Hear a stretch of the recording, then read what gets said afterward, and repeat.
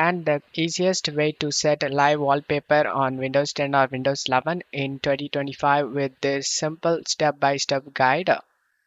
All you have to do is open up Chrome and set Pixabay and select the official site. In here, select the videos and search for the videos you want. I'm gonna type nature presenter. Scroll down under royalty free videos. Look for the video you like. I'm going with this video. Select this download option. Select the highest possible resolution and select download option. And it started downloading. Now go to search menu and type store. Comes up Microsoft Store. Click on open it.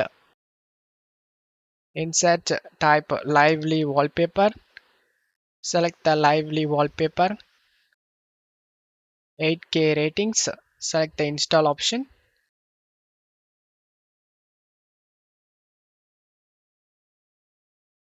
After the installation done, select the open option.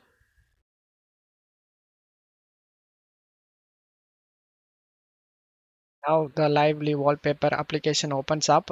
Select this plus icon and select the choose a file option. And you just need to navigate to the video we downloaded. Select the video and select open option.